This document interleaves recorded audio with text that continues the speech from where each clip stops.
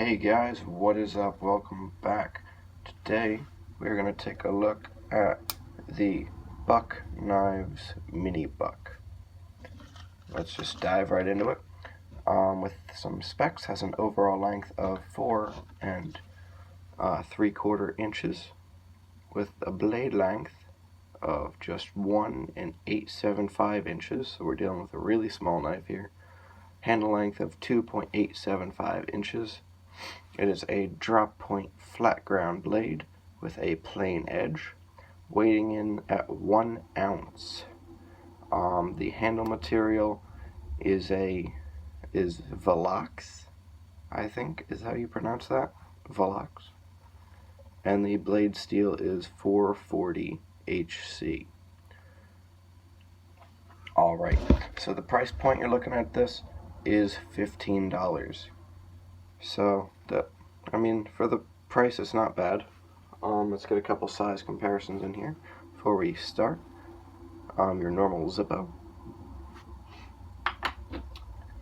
the standard Pilot G2 Mini, as custom to my channel,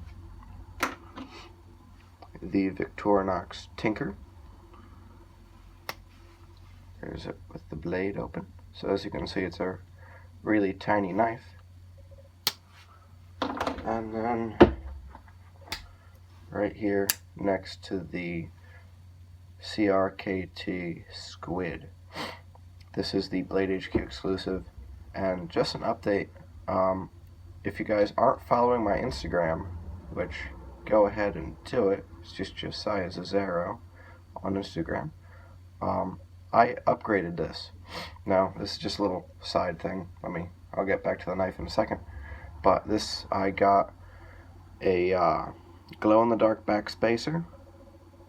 So, kind of hard to see because I have the light on.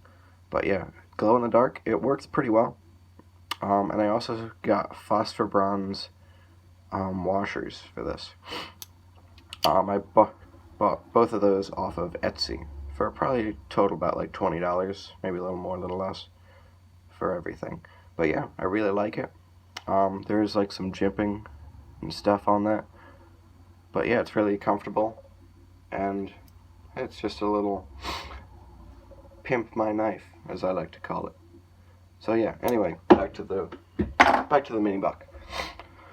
Alright, so let's jump in with the good and the bad. So good size. It's a great little knife. Like I said, almost a 2-inch blade, which means this is going to be legal basically anywhere you are in the United States. Even in California, you can own this knife. Possibly. Not entirely sure. I'm just joking. You can definitely own this knife in California. But yeah, it's a great size for the little watch pocket in your jeans. I carry in my wallet.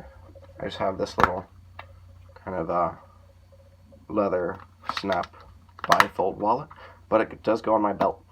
It's really nice and I like it. I don't know who makes it, but my family have had this for like 30-40 years, that exact wallet, and it is dope. So yeah, the size is great.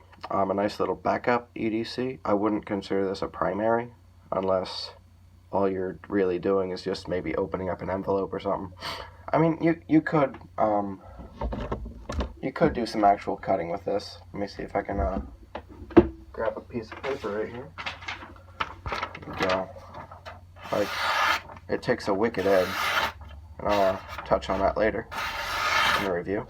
But yeah, like, it can actually do work, because hey, it's a sharpened piece of steel, so why wouldn't it? But yeah, size is great. Heat treat is phenomenal, as Buck does on its 420. Sorry about that glare, but otherwise you wouldn't really be able to see the knife. So yeah, I want to say it's a Tony Bose heat treat. I'm not entirely sure, but I think it is. But yeah, the heat treat is phenomenal, holds a great edge, easy to sharpen, as 420 HC is. Ergonomics, they're really good. It is kind of square, but honestly, like, I can, like, squeezing this, there's a little bit of a hot spot right on this kind of plastic knurling. but that could also be because I have large to extra large hands, and this is a baby knife. So, you know, it'll probably be different for everybody that holds it. But the inside of this is a little sharp. Could use some chamfering. I actually might use the little reamer on my tinker to kind of knock those edges down. To be honest, I didn't even know that till right now. I didn't even feel those, but yeah. It is a back lock, so it's very secure. No up and down play at all. A tiny bit side to side, but that's just because there are no steel liners in this. It does have these holes for lightning, but I mean, it is a plastic knife. Well, handle plastic or Valox or whatever that is. But it's still only 1 ounce. So, not bad. It does have stainless steel pins, only 2, so you cannot take this apart.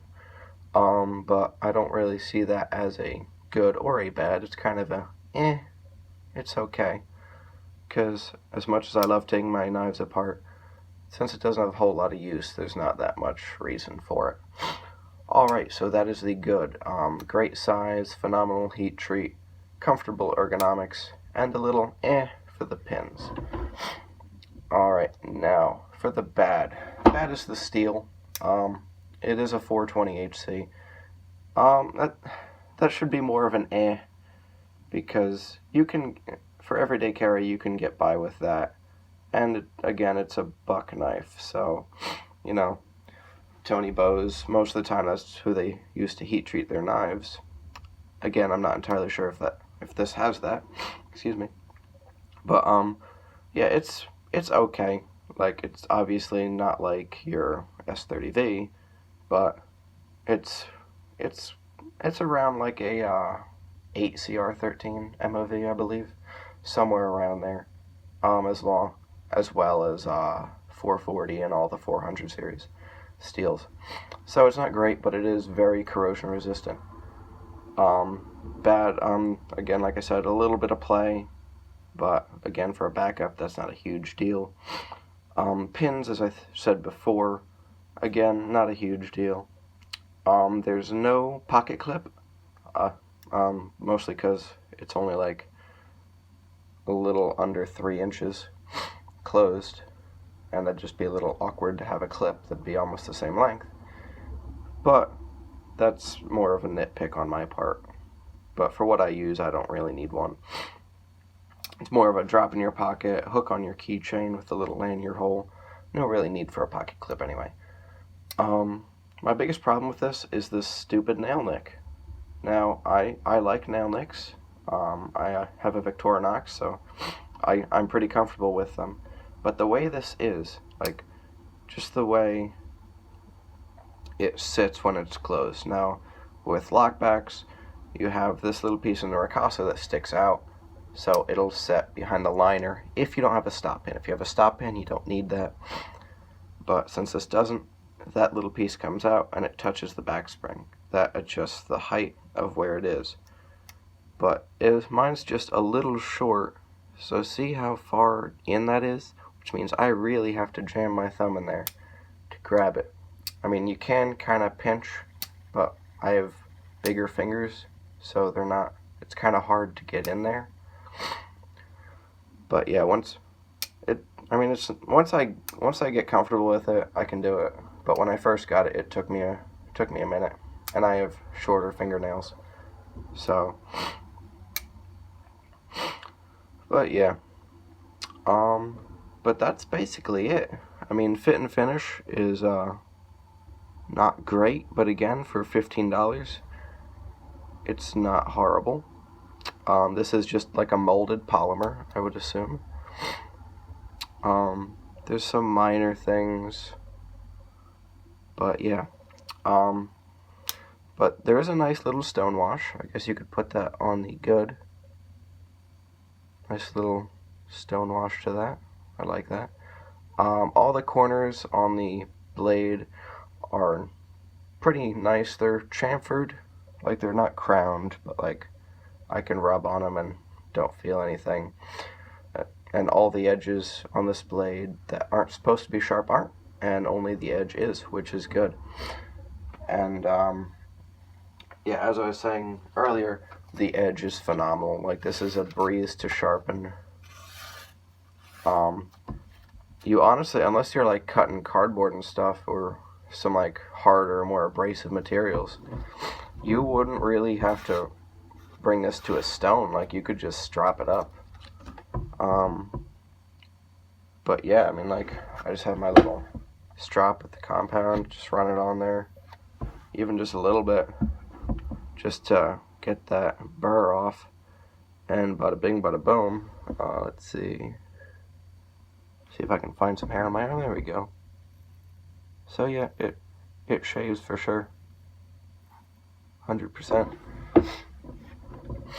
But yeah, it's a great little knife. I'd recommend picking one up on Amazon. Excuse me. On Amazon, they're like $15. You can probably find them someplace else cheaper. I believe on Blade HQ, they're also around $15. I actually found this at a antique store for $2. Yeah, I got 2 of them. But yeah, you can just find them in weird places, and they're great little knives. Like, I mean, Buck makes a good product, and it's sharp, it's amazing. It's a knife, it's all you need it to be. It has good aesthetics, but like, it's not over the top, and it's also not like super plain. Like, with these cutouts, it gives it a nice look. And these little grooves in here, there's actually kind of, not exactly a stonewash, but like a textured kind of thing to the handle. It says Buck right there. But yeah, it's just a nice little backup carry. So that's it for that review. Just a quick thing. The boots I'm wearing today, these are my Justins. I got these a couple months ago. Yeah, bring these up here. Yeah, they're great boots. Probably about $150. That's $150 for those who don't know that slang. But yeah, they're quality boots. They are steel toe, electro hazard rated, and waterproof. These are also my welding boots. I have another. These are my other pair, my nicer pair of welding boots. But yeah, thank you guys so much for watching. I'd appreciate it if you'd subscribe. Got a big reveal kind of thing, a big thing planned for when I get 10 subscribers. So you guys really want to see it, because it'll be fun. So yeah, like, comment down below, subscribe. I know this one was a little bit late, sorry.